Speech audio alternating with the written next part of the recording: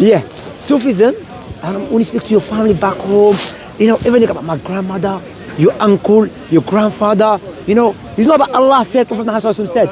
So my story is a brother that gave me a book to read. When I read it, Allah said, Prophet Muhammad said, the companion said, that's Islam. But Sufism, your grandfather saw a dream. Your grandma, bro, that's not Islam. That's everyone sees dream. I see dream as well. You know what I'm saying, bro? Yeah. So is that clear so far? Yeah. Yeah, alhamdulillah. So that's why, you know, alhamdulillah, even us, we have classes, brother. And I always advise the brothers and sisters here, if you're gonna come Speaker's Corner, listen to people who are upon a clarity, who are teaching the people, not for the sake of entertainment. Because we're gonna meet Allah. This knowledge of Islam is not just knowledge of entertainment. No, this knowledge is a heavy knowledge, you know. The knowledge that came from Allah subhanahu wa ta'ala through the Quran and the Sunnah for us to implement it in our life. You cannot be taking it as entertainment or as a tool to get many views, to make money from it. No, it's not a joke, bro. That's why I always ask people, look, because brothers sometimes ask me, what is the problem between you and the brother so and so? And I said, look, leave that aside, go learn. Study. Because maybe if I tell you the problem, maybe I'm biased. You know what I'm saying? So what you do, you read the Quran. Because me and the brother, we go against each other because of Islam, yeah? So let us use Islam and see who is following Islam and who is opposing Islamic teaching. Like one guy said, look, the non-Muslims will be happy to see Muslims fighting against each other. I said that's incorrect. You know why? If there is a personal fight, yes, personal fight is haram. You cannot boycott your brother more than 3 days because of personal issues.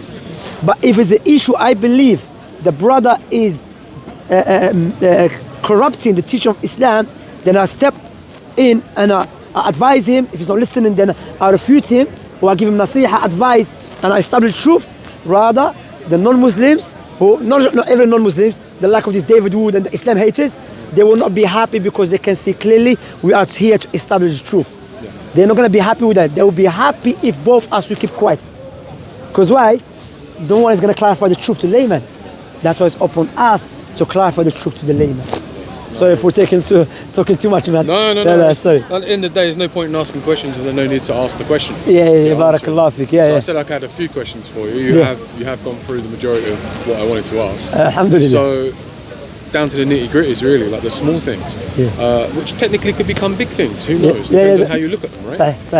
So the way I look at it is, I chose to be a Muslim. I chose to reconnect to my Creator. Alhamdulillah. Okay? So I'm also choosing to live life the way Prophet, peace be upon him, has explained life to be. Allahu Akbar. MashaAllah. Why do I hear so many brothers and sisters, especially influencers on YouTube and things like that, talking about birthdays, the holiday periods, in the Western lands, you know, things like why are we entertaining these things? If we're choosing to be Muslim, why are we entertaining these what we know to be pagan beliefs? That's correct. So but I'm also hearing it from learned people. That our birthdays are not haram. To celebrate a birthday is not haram. You know, there's nothing wrong with that. Just don't have candles.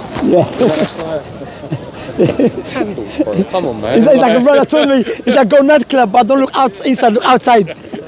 You can hold a bottle of alcohol, just don't drink it. That's a good one. I don't understand it.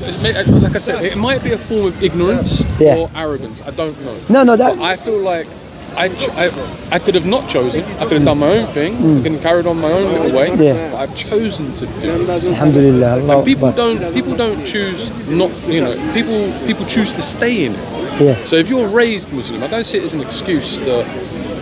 You know, I was made like to be like this, because you don't have to. There's no compulsion. You know, so I don't get it. Why have we got such a laxed attitude towards things like that? The problem with the call it the birthday and all of that you have mentioned. Again, I take you back to the hadith of the Nabi sallallahu alaihi wasallam. So what you see, Prophet sallallahu alaihi wasallam said about it. He said, لَتَتَّبِعَنَّ سَنَنَ مَنْ كَانَ قَبْلَكُمْ شِبْرًا بِشِبْرٍ. You will follow the path of those who came before you, step by step. حتى ولو دخلوا جحر ضب لدخلتموه. Even if they go through the hole of the lizard, you go through it. Another narration, look how dangerous it is. Another narration, Prophet Muhammad said, even if one of them who will have an intercourse openly with his mother in the street, you will do it too. To show you the Muslims now, they are going to, the Prophet Muhammad spoke about this issue. So when you see that, first you say, Alhamdulillah, Allah protect me from that. Secondly, we make dua for them. We say, may Allah guide them. You know, you pray for them. Thirdly, of course, you as a believer and believer, we get upset to see that. Our brother is talking about birthday, which is a pagan day. It's a pagan, it goes back to paganism, you know? Yeah, I think it's like the most holy Satanist. Yeah, it's a paganism day, no doubt about that. It goes back to the Greek, to the Romans, you know, the cakes and, you know, all of that. So, thirdly, I mentioned that many times, inferiority complex. Inferiority complex, a lot of Muslims suffering from it. They think if I don't do it, they're going to look down on me. Yeah. Or I have to please them, okay? Sorry to cut you, but I heard the excuse of my children might resent me. Yeah, you see? Yeah. You see? Wallahi, you teach your daughters, listen my daughter, I love you, I'll buy you gifts every day. Yeah. You understand? Make sure, as Ibn Uthaymin said, make sure you take care of your daughters. Buy them gifts, your children, buy them gifts. Because why? When you tell her when you tell her about birthday, she's not going to think maybe my father is stingy. That's why he doesn't hate me. You know what I'm saying? Maybe he hates birthday. He don't want to spend no money because I know him. But when you tell, look, every day I buy stuff for you, understand? I'm not utilizing it as something because I'm stingy. You know, I'm greedy. So when you show her that, look, every day I'm buying stuff for you, taking care of you, you know? So when you teach her, I tell you this, you know, my daughter, her friend was like, come for a birthday. My daughter, you know, she said, no, we don't come for birthday because we're Muslims. Birthday is a pagan day. Straight away, you know, she said straight away. You know, straight away. Yeah. Alhamdulillah, because I teach her, I said, look, you don't have to, we're not disrespecting you. And what they say, when you say, they say, why you don't want children to be happy? Yeah. Do I have to do a pagan day? You know what I'm saying? Do I have to do a pagan day to make them happy? I can make them happy without a pagan day. You know, why am I going to do a pagan day? I can make them happy by taking them to fanfare, taking them to the seaside, you know, taking them to a restaurant. Why I have to follow up like Christmas Day? I remember I had a friend of mine, my neighbor, I told him he's not a Muslim. So I told him the same thing about Christmas. He said to me, brother, we have to make them happy. So I said, okay, do I have to celebrate Christmas to make them happy? He's like, all right. He said, but then he said to me, no, everyone's doing it. That is a sheep mentality. The sheep, you know what? Muslims are not sheep. True Muslims are not sheep. Do you know why? You know sheep mentality, how it started? It started by one of the psychologists. He did what? He brought a woman. He put, by the way, I'm just going to have this side point, yeah? But it's very good to understand that. He brought a woman inside the room, yeah? And so they turned on the alarm and there was smoke coming out under the door. Naturally, from our nature, to run away because there is what? Fear, you know? So what they did again, they brought her again and they brought 9 people with her. And they told those 9 guys, listen, it's just experiment. Yeah. So do not run. If you say the alarm goes off and the smoke starts coming out, do not run. It's experiment, yeah? But he didn't tell her, so she doesn't know. So they're sitting down, she starts seeing the smoke coming out under the door, the alarm is going off. Instead of running, what she started doing, start following. You see? Classical condition. That's what happened. That when they start, this is called what? This is sheep mentality. And there's another experimentation was done in one of the universities, sorry. They brought these guys, 10 of them, yeah? So they told 9 of them about the plan. And one of them, they never told him. They're going to draw lines, okay? And they said to them, the shortest line, all of you say the shortest line is the tallest one. Okay. The shortest one is the tallest one, yeah? So that guy, they asked him first, what is the tallest line? He said number 1. Because the number 10 line, it was the shortest line, yeah? Then they asked the rest. Everyone say number 10, number 10. Clearly he can see he's the shortest one. They asked him again, he said number 10. Yeah. So people try to say we Muslims have sheep mentality. No. Because in the Quran, the prophets and messengers, they were known to go against their societies. They would not follow their societies because they were doing it. So the prophets and messengers, they never had sheep mentality. And we are a follower of the prophets and messengers, and the last of them is Prophet Muhammad ﷺ. That's why when he saw the people worshipping idols, he did not say, they are worshipping idols, let me worship them. No. People start burning their daughters alive. So people to accuse us as having a sheep mentality, that is no way for us. Because we follow prophets and messengers who were known in history to go against their societies, not for the sake of going against it, because they know the truth is with them, you know? So what's happening, that's one of the reasons. The other reason they get scared that the non-Muslims say to them, you're living in Britain or in France, so you should, if you want to coexist, you should do it. You should, but that is a wrong way. Do you know why? That is incorrect. Do you know why? There's many Christians in Egypt. There's many Jewish people in Morocco. We don't say to the Jewish people in Morocco and the Christians, do Eid Day, slaughter the sheep, or the atheists. You see? So I don't have to, for me to coexist with you, I don't have to share the same days with you. We can coexist, I help you, I lend you money, I take care of you, everything without doing a pagan day, understand? So that's one of the reasons, you know. So the reasons is, but inferiority complex, there's some of the ignorance, but like you said, you mentioned one of them, the worst thing now is so-called learned men. They are justifying a birthday and justifying pagan days. And the Prophet Muhammad again, again, he spoke about that. He said that it will come, he said, what Prophet said, he said the hadith Sahih Muslim, the hadith of Amr ibn al-As, Muslim Bukhari, I believe in Bukhari, sorry, Amr ibn al-As. He said about the knowledge will be taken away from the land, not by snatching it from the chest of the people of knowledge, by the death of the scholars. حتى إذا لم يبقى عالم اتخذ الناس جهالا. Until there will be no scholars left, people they will start following ignorant people, taking them as an example, and they will misguide themselves and misguide the people.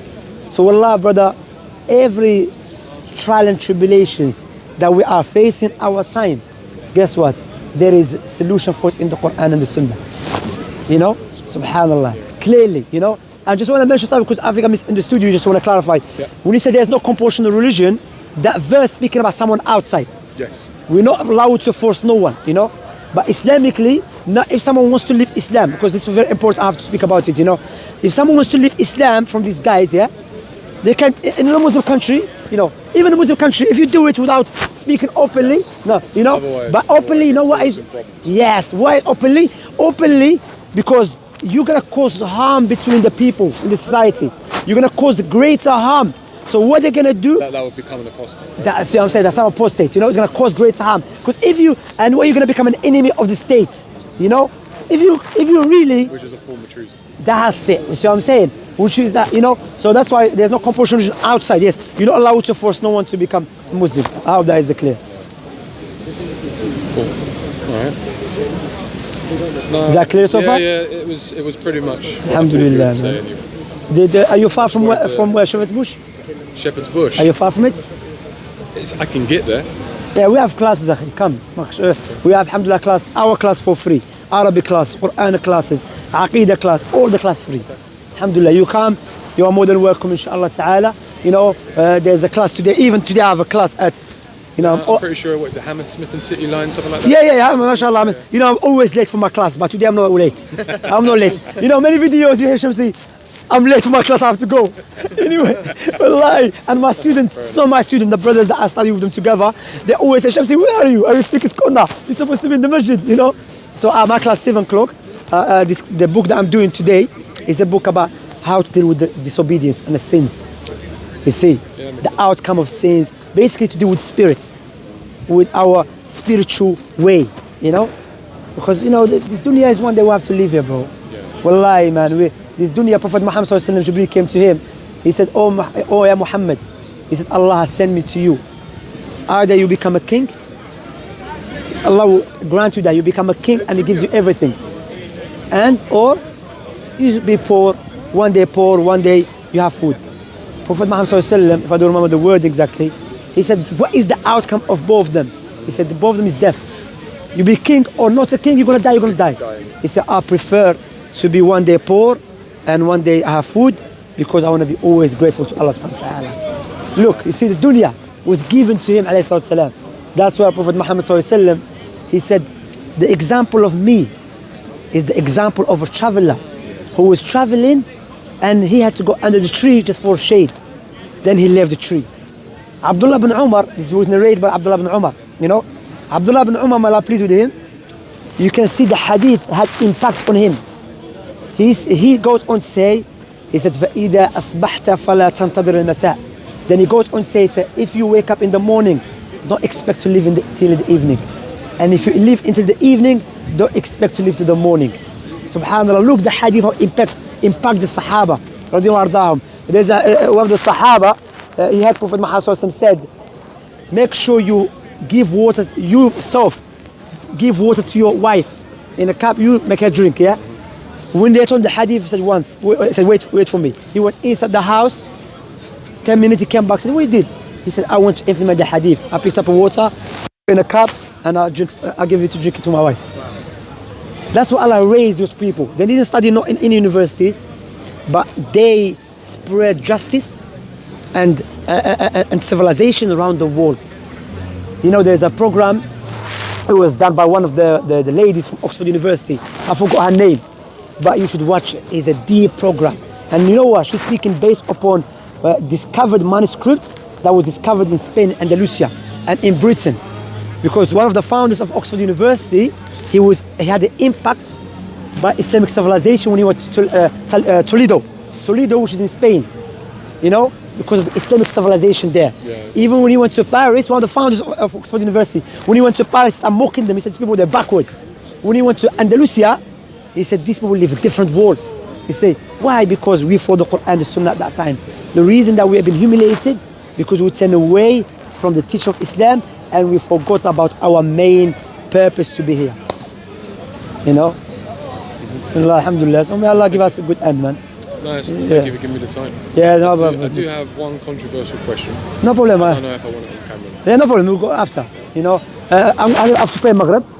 Oh, I've done. You've done it, yeah, mashallah. Better than me, man. I'm saying, yeah. I pinned you later. Let me I pray Maghrib, inshallah, then we'll talk about it. Okay, cool. No Yeah, problem. yeah. Yeah, off I'll wait camera. around here. I don't mind. I'm going to pray off there.